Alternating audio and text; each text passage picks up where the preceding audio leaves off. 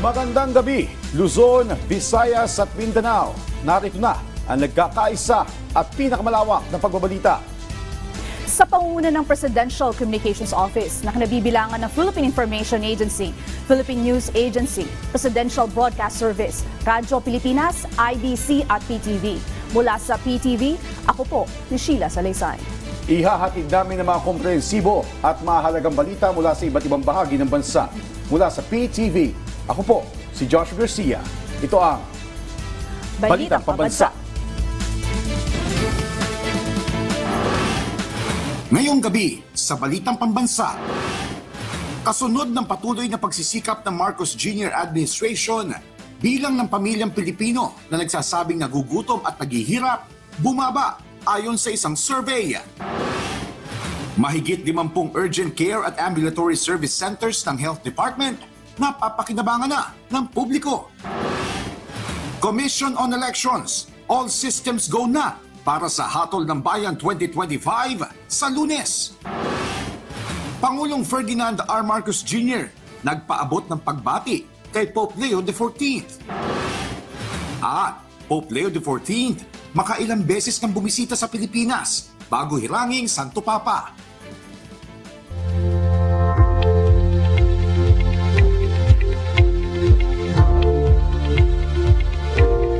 Una po sa ating mga balita, magandang balita Pilipinas, unti-unti na nararamdaman ng mga Pilipino ang epekto ng mga hakbang ng pamahalaan laban sa kahirapan. Ang detalye sa Balitang Pambansa ni Kenneth Pasyente ng PTV Manila. Kumikita ng 700 hanggang 1,000 piso kada araw bilang tricycle driver si Michael. Hindi man ganoon kalaki, masasabi niyang nakararaos sila sa araw-araw ng kanyang asawa at anak. Opo, kaya naman po. Nakakaya naman po ng 3 beses. Naibibigay ko naman po yung pangangailangan po ng anak ko. Isang halimbawa si Michael ng milyon-milyong mga Pilipino na itinuturing ang estado sa buhay na hindi mahirap. Sa tugon ng masa survey ng Okta Research nitong Abril, bumaba sa 42% o 11.1 million na mga Pilipino ang nagkonsiderang sila'y mahirap. Mula yan sa dating 50% o 13.2 million noong November 2024. Bumaba rin sa 35% o 9.2 million ang nagkonsiderang food poor kumpara sa 49% o 12.9 million noong November 2023. Ang self-rated hunger mula 16% ay bumaba na rin sa 13%. Ikinatuwa ng Malacanang ang development na ito, pero wala raw lugar ang pagiging kumpiyansa at sa halip ay mas pag-iigtingin pa ang mga hakbang para mapanatili ang momentum na ito at patuloy na mapababa ang antas ng kahirapan sa bansa. Ibig sabihin, nararamdaman na rin po ng mga taong target po ng mga programa ng Pangulo patungkol po dito sa kagutuman. Nararamdaman naman po nila ang pag-angat, ang improvement. At sisikapin po ng ating Pangulo at ng administrasyon na lalo pang mapalawig ang mga programang ito para po mas lalo maiangat ang buhay po ng ating mga kababayan.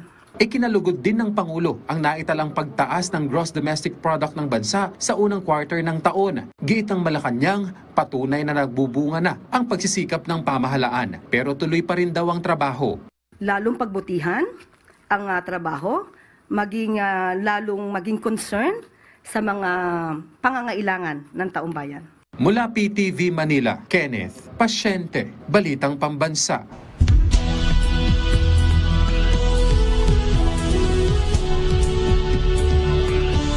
Handang-handa na ang Commission on Elections para sa gagawing Hatol ng Bayan 2025 sa darating na Lunes. Bukod dito, may paalala rin ang poll body sa mga kandidato dahil hanggang bukas na lang ang pangangampanya. Ang detalye sa Balitang Pambansa ni Luisa Erispe ng PTV Manila. All systems go na ang Commission on Elections para sa gagawing botohan sa Lunes. Ayon sa COMELEC, sa ngayon, ang inaayos na lang nila ay mga contingency measures sakaling magkaroon ng aberya o problema sa mismong araw ng halalan at ang pagde-deploy ng mga Starlink sa mga liblib na lugar tulad na walang signal tulad ng sa Ifugao. Handa po ang COMELEC. Siyempre, lagi sa isang operation, sa isang ganito, meron biglang pumapasok na problema, issue. Ang importante, intact yung aming contingency measures, intact yung aming operation plan sa kung ano ang gagawin ng komisyon pagka mga ganito. Sakaling magkaroon ng kalamidad, nakahanda na rin ang komisyon. Pero ang masisiguro lang nila, sisikapin nilang walang failure of elections at walang kahit anong postponement ng botohan sa buong bansa. Sana sa ganung pagkakataon, sana po walang postponement ng eleksyon na mangyayari at sana wala ng failure of election sa kahit na anong presinto sa buong bansa. Hanggang bukas na lang naman ang panahon ng kampanyahan, kaya may mga paalala sila sa mga kandidato. Kung maaari, ngayon pa lang, tanggalin na ang mga posters na nagkalat sa kalsada. Huwag na rin mangampanya sa mismong araw ng botohan. Bawal ang pagbibitbit ng mga supporters sa mga polling place. Bawal magpakain at bawal din ang alok na libreng sakay. Huwag na rin sana gumamit ng mga bata sa pamimigay ng sample ballots. At huwag magpakalat-kalat sa mga presinto matapos bumoto. Dahil lahat ng yan, posible silang managot o makasuhan. Babala natin pagkatapos bumoto o bago bumoto, huwag na lang pong ikot ng ikot sa polling place kasi baka ma-consider pa yan na pangangampanya. Dapat po dire-diretso na lang sa pagboto, dire-diretso na rin tayo sa ating pong pag-uwi. Para naman sa mga botante, kung maaari, magdala na ng sariling kodigo sa pagboto at maaga na rin pumunta sa mga presinto para bumoto. Mula alas 5 hanggang alas 7 ng umaga, ipatutupad na ang early voting hours para sa mga nakatatanda, PWD at buntis. Ang botohan naman ay mula alas 7 ng umaga hanggang alas 7 ng gabi. Huwag na po natin habulin yung eksaktong alas 7. Although naintindihan natin yung iba, maaaring may mga inaasikaso pa kaya hindi kaagad sila nakakaboto na maaga. Pero mas maaga po, mas maganda.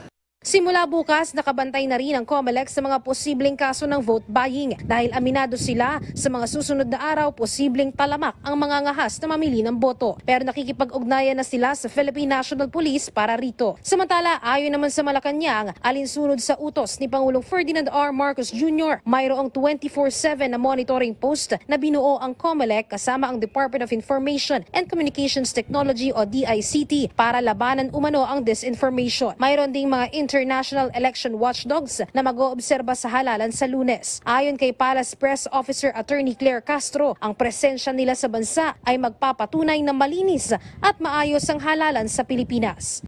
Para sa hangaring malinis at tapat na halalan, nagsama-sama ang lahat ng election watchdogs mula sa mga pribadong organisasyon, simbahan, kabataan at iba pang sektor. Sa kanilang mahigpit na pagbabantay, matitiyak na ang bawat boto ay mabibilang ng tama at ang bawat boses ng mamamayan ay maririnig. Mula People's Television Network Manila, Luisa Erispe, Balitang Pambansa. Ibinalik ng Malacanang kay Vice President Sara Duterte ang naging pahayag nitong isang systematic demolition job ang ginagawa laban sa kanila at hindi rin daw sila ang problema ng bansa. Binigyan din ni Undersecretary at Palace Press Officer Attorney Claire Castro ang naging kapabayaan ng bise nang siya ang naging kalihim o ang kalihim ng Education Department na hanggang ngayon ay sinusolusyonan ni DepEd Secretary Sonny Angara. Sa ngayon, wala pa naman anyang plano kung sasampahan ng reklamo ang bise sa pagpapakalat di umano nito ng fake news laban kay First Lady Liza Araneta Marcos.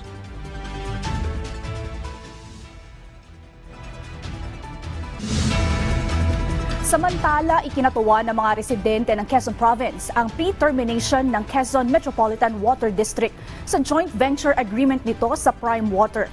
Yan ang balitang pambansa ni Joshua Suarez ng Radyo Pilipinas, Lucena. Laging wala, mahina ang tulo at mahal ang singil. Ganyan nilarawan ni Nanay Lily ang serbisyo ng Prime Water na pag-aari ng mga Villar simula nang mag-operate ito sa Lucena City. Tanong ni Nanay Lily, bakit ganoong klaseng serbisyo ang hatid ng Prime Water? Ay, ang Prime Water po kasi hindi ko gusto ang kanilang, kumbaga yung daloy ng tubig nila nung nag-Prime Water, hindi maganda, laging wala, mahina ang dating, tapos mahal naman ang bill, isang buwan ka lang walang bayad, putol na agad nila. Sa akin, bakit ganun? Bakit? Isa lamang si Nanay Lily sa mga nagrereklamo sa Prime Water na namamahala sa tubig sa Lucena, Tayabas City at mga bahagi ng Mauban at Pagbilao, Quezon. Kaya naman ikinatuwa ni Nanay Lily nang malaman na inilabas kamakailan ng Quezon Metropolitan Water District o QMWD ang Resolution Number 24-03 para sa pre-termination ng joint venture agreement sa pagitan nito at ng Prime Water. Mas mabuti kasi mas gusto namin ang serbisyo nung dati kaysa ngayon, Prime Water. Sa nasabing resolusyon, nakasaad bilang grounds for pre-termination ang hindi pagtugon ng Prime Water sa mga kondisyon at kasunduan sa pagpapabuti ng serbisyo ng tubig sa lalawigan ng Quezon. Binigyang diin din dito ang pinakitang kawalan ng kakayahan ng Prime Water na matugunan ang mga reklamo sa serbisyo nito na nagresulta sa hinaing hindi lamang ng mga residente kundi maging ng mga lokal na pamahalaan. Sa ngayon, sinisikap pa rin ng Radyo Pilipinas Lucena na mahingi ang pahayag ng QMWD at Prime Water hinggil sa nasabing resolusyon na magpapatigil sa serbisyo ng Prime Water sa Quezon at ang magiging epekto nito sa mga lugar na sineserbisyohan nila. Mula sa Radyo Pilipinas Lucena, ito si Joshua Miguel Suarez para sa Balitang Pambansa. Sa gitna ng mataas na gastos sa pagpapagamot, malaking ginhawa para sa mga kapos sa buhay ang bagong Bukas Centers ng Department of Health. Isang serbisyong magbigay ng agaran at abot-kayang lunas para sa lahat. Ang detalye sa Balitang Pambansa ni Noel Talakay ng PTV Manila. 3 taon ng tricycle driver si Allen Jelene. May 3 anak, tubong Pampanga, kinakatakot ni Jelene ang magkasakit ang kanyang pamilya. Wala pong pang-pa-hospital. Mahal po yung sa private. Hindi po namin kaya. Pa-check up lang po sa center, ganyan. Tapos kung may libre pong gamot, hingi po. Kaya naman sa mga tulad ni Jelene, nakapos ang kita, malaking tulong ang bagong urgent care and ambulatory services o bukas ng Department of Health. Nasa humigit 500 patients kada araw ang naseserbisyuhan ng bawat isang Bukas Center. At patuloy pong nagiging takbuhan ng ating mga kababayan ang DOH Bukas Centers, lalo na para sa emergency care. At yan po ay isa talaga pong inuna ni Pangulong Ferdinand Marcos Jr. para matugunan po talaga ang pangangailangan ng ating mga kababayan pagtungkol po sa kalusugan. Sa datos ng DOH, merong 51 na Bukas Center sa 33 na probinsya na napapakinabangan ng mga Pilipino, lalo na ang mga 4-piece members. Mas magagawa dito ang public health practice dahil sa halip na lunas sa mga sakit gaya ng pangkaraniwang ospital, prevention ang ino-offer nito na makakatulong para makaiwas sa mga karamdaman. Target ng kagawaran na makapagbukas pa ng nasa 27 pang pasilidad na Bukas Center sa buong bansa hanggang taong 2028. Mula sa PTV Manila, Noel Talakay, Balitang Pambansa. Bayan, huwag po kayong bibitiw at magbabalik ang Balitang Pambansa.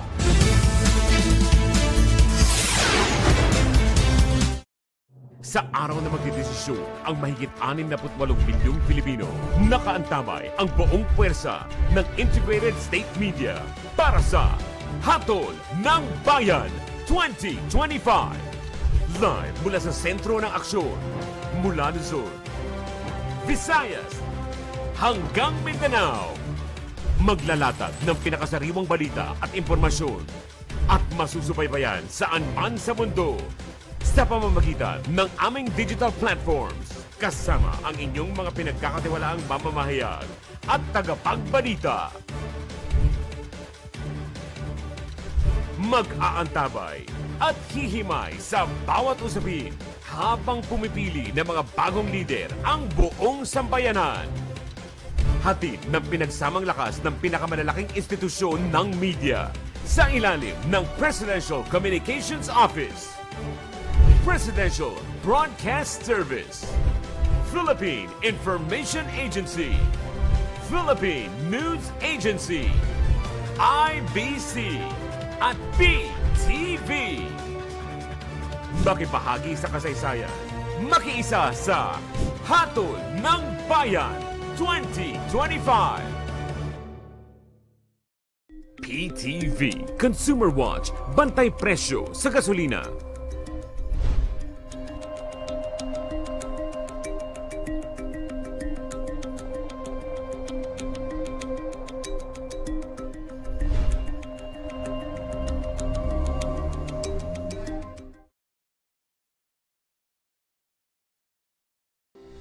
Bilang isang Gen Z, hinahanap ko sa isang kandidato ay yung pinaprioritize yung karapatan naming mga kabataan. Kasi kami yung future ng bayan eh. So kapag pinaglalaban yung mga karapatan namin, kapag pinapakita na may puwang kami sa ating lipunan, siguro isa yon sa mga tinitignan ko sa mga tatakbo ngayong eleksyon. Sa mga kabataan dyan, Inaanyayahan ko kayo na bumoto ngayong eleksyon. Oras na para marinig yung boses natin at iparinig natin sa kanila yung mga hinaing natin. Maging bahagi ng pagbabago. Bumoto ng wasto. Hatol ng Bayan 2025.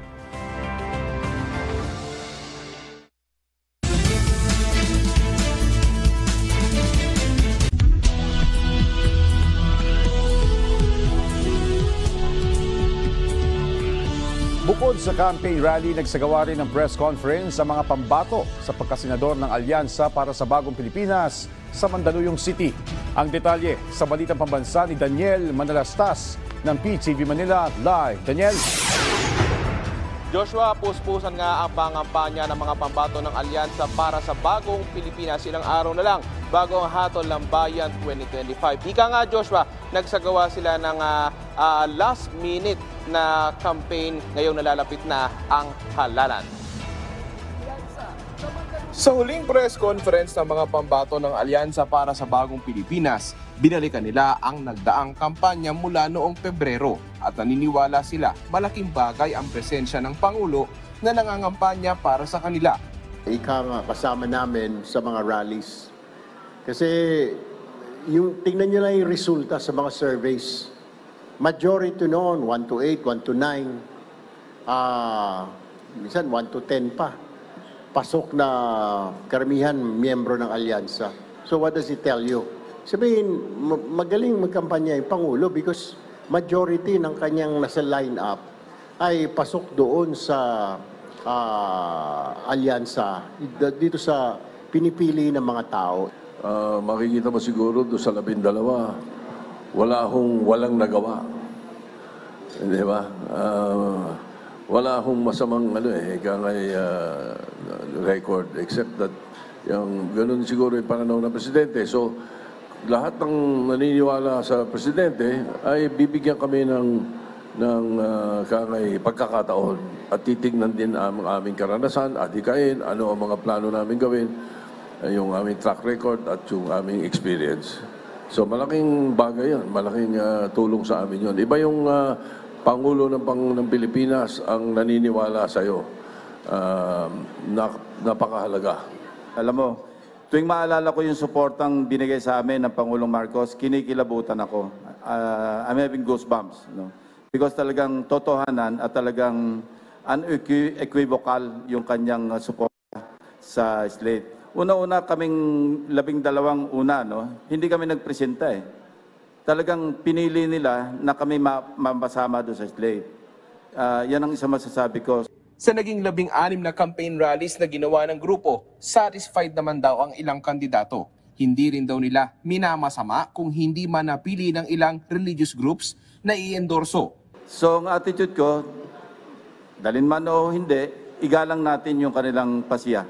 At kami naman, ako matagal na marami tayong kaibigan sa INC, mananatili pa rin kaming kaibigan nila maski hindi kami dinala. May kanya-kanya silang pananaw eh.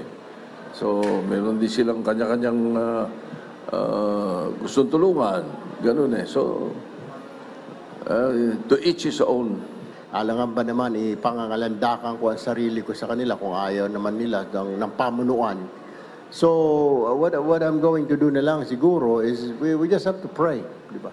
Told my loved ones to pray on Monday na pumasok tayo. That's what I did. Diba? Nasa itaas pa rin ang awa. Ang ilang pambato ng Alyansa naman puspusan sa pag-iikot. Si dating Senador Manny Pacquiao nagtungo sa Bukidnon at iginiit sa mga residente na nais niyang maramdaman ang ginhawa ng mga ito at magkaroon ng payapa at maayos na buhay. Nasungkit naman ni dating DILG Secretary Benhur Abalos ang suporta ni Taguig City Mayor Lani Cayetano. Lubos din ang pasasalamat ni Mayor Abby Binay sa mga sumusuporta sa kanyang pangampanya.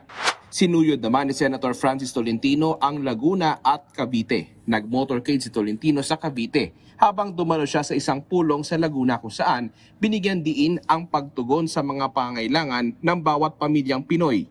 Ilang araw naman bago ang Hatol ng Bayan 2025, panawagan ni Senador Bong Revilla. Nananawagan tayo sa ating mga kababayan na lumabas at bumoto.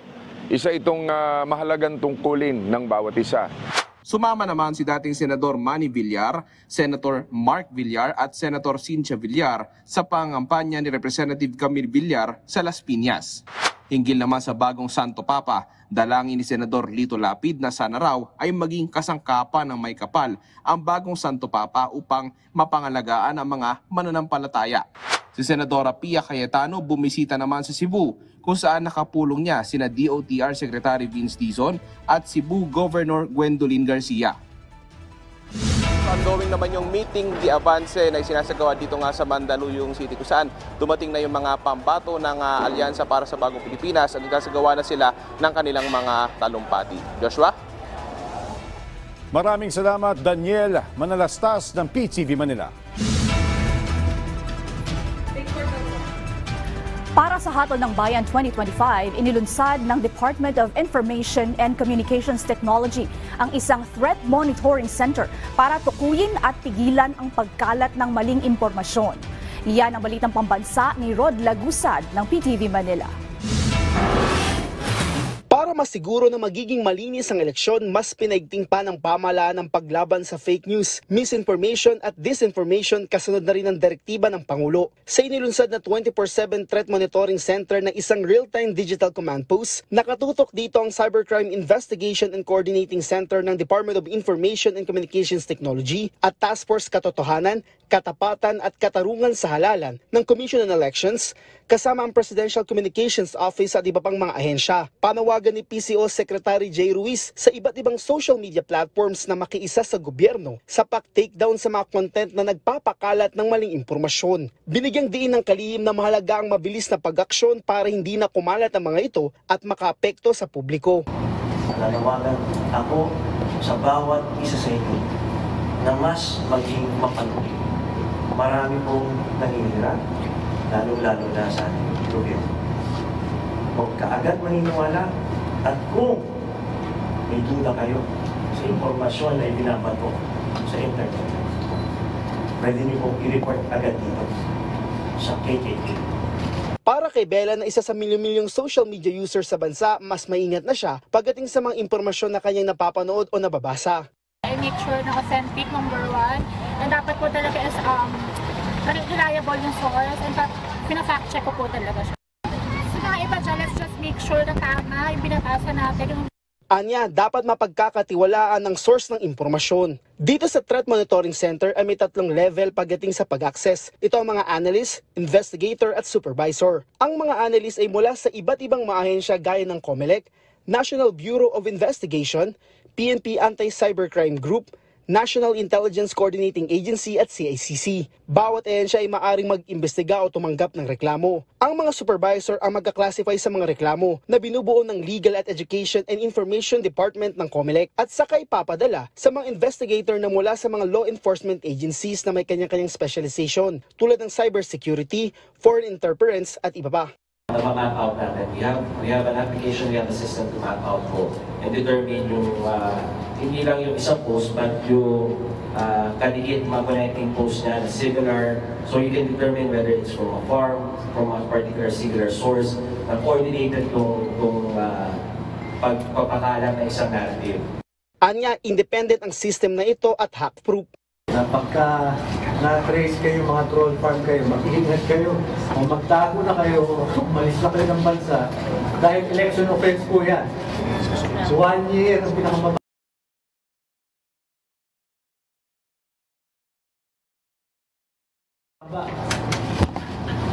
6 years max. Ayan ay nai-report na namin yung mga nagkakalat ng mga disinformation. Pinag-iisipan po namin yan ng DICT na ihanay sa mga cyber terrorists yung mga ganyang nagpapakalat na sobrang masamang impormasyon sa utak ng ating mga. Ito naman sa mga platforms, kami po meron din kami ginagawang guidelines na kapag sinabi na ng gobyerno na peke ang isang post, ang inaasahan naman namin na sana'y agad mag-respond. Inaasahan naman na magpapatuloy ang Threat Monitoring Center matapos ang eleksyon para patuloy na magbantay, lalo't kanilang inaasahan ang paglaganap ng misinformation at disinformation. Mula sa PTV Manila, Rod Lagusad, Balitang Pambansa. Umarangkada nga ngayong araw. Sa Mandaluyong City, ang huling meeting de avance ng Alyansa para sa Bagong Pilipinas. Inabangan naman ang pagdating doon ni Pangulong Ferdinand R. Marcos Jr. Ang detalye sa Balitang Pambansa ni Mela Lesmoras ng PTV Manila Live. Mela? Sheila, masaya, masigla at buhay na buhay ang sitwasyon ngayon dito sa Mandaluyong City para sa meeting de avance ng Alyansa para sa Bagong Pilipinas. Sa ngayon nga ay inaabangan natin ang pagdating ni Pangulong Ferdinand R. Marcos Jr. Maagang nagdatingan ang ating mga kababayan dito sa 9 de Febrero Corner Shop Boulevard sa Mandaluyong City para makilahok sa meeting de avance ng Alyansa para sa Bagong Pilipinas na pangungunahan mismo ni Pangulong Ferdinand R. Marcos Jr. Pagtatapos ng campaign period bukas, personal na ikakampanya ng Presidente ang Alyansa Senatorial Candidates kabilang na sina Senador Francis Tolentino, Lito Lapid, Bong Revilla at Pia Cayetano, mga dating Senador Tito Soto, Ping Lacson at Manny Pacquiao, Makati City Mayor Abby Binay, dating DILG Secretary Ben-Hur Abalos at Congressman Erwin Tulfo at Camille Villar. Ayon kay Alyansa Campaign Manager Toby Chanco, para sa huli nilang campaign sortie, patuloy na ilalatag ng kanilang mga kandidato ang kanilang plataforma. Mula noon hanggang ngayon, hindi naman anya nawawala ang layunin nilang tutukan ang pambansang interes ng mga Pilipino. Kasabay na nagpaabot din ng taus-pusong pasalamat si Chanco sa lahat ng tumulong sa kanila sa buong campaign period na opisyal nang magtatapos bukas. Sheila, sa mga puntong ito ay tuloy-tuloy yung talumpati ng ating senatorial candidates dito nga sa meeting de avance ng Alyansa para sa Bagong Pilipinas. Una nagsalita si Senadora Cayetano at ngayon nga katatapos lamang ng speech ni Senador Lito Lapid at sunod-sunod na sila mag-i-speech bago nga ang pagdating ni Pangulong Ferdinand R. Marcos Jr. Sheila? Maraming salamat, Mela Lesmoras ng PTV Manila.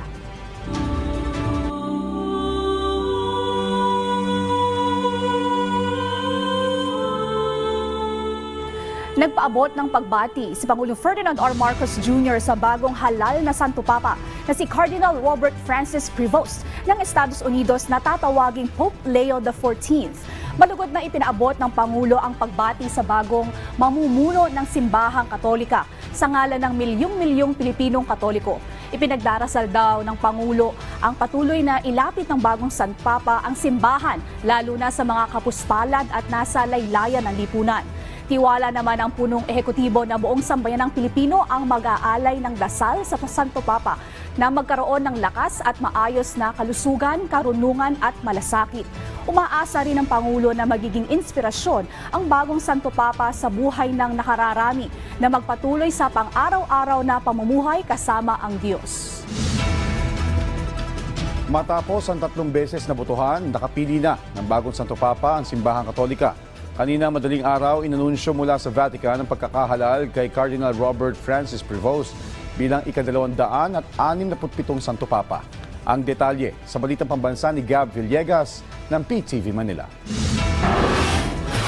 Matapos ang 3 beses na botohan, nakapaghalal na ang mga kardinal ng ika-267 pinuno ng Simbahang Katolika. Pasado alas 12 ng madaling araw oras sa Pilipinas nang lumabas ang puting usok mula sa chimney ng Sistine Chapel. Galak at saya ang naramdaman ng mga tao na nag-aabang mula sa St. Peter's Square. Inanunsyo ni Cardinal Protodeacon Dominic Mamberti na si Cardinal Robert Francis Prevost ang pinili ng mga kardinal na maging susunod na Santo Papa. Leo XIV ang pinili niyang papal name.